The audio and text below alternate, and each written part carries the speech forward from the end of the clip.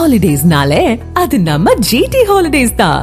GT Holidays, South India's #1 travel brand. You know you are special when you're with GT Holidays. அரசு பேருந்து மோதி தூய்மை பணியாளரும் கூலி தொழிலாளியும் சம்பவ இடத்திலேயே உயிரிழந்தனர். இந்த கோர சம்பவம் குறித்து உயிரிழந்த தூய்மை பணியாளர் சரண்யாவின் உறவினர்கள் அளித்த பேட்டியை தற்போது பார்க்கலாம். தூய்மையாளர் ரோடு பூட்டி கொண்டு இருக்கும்போது கவர்மெண்ட் பஸ் மோதி அவங்க ஆக்சிடென்ட் ஆகிட்டாங்க.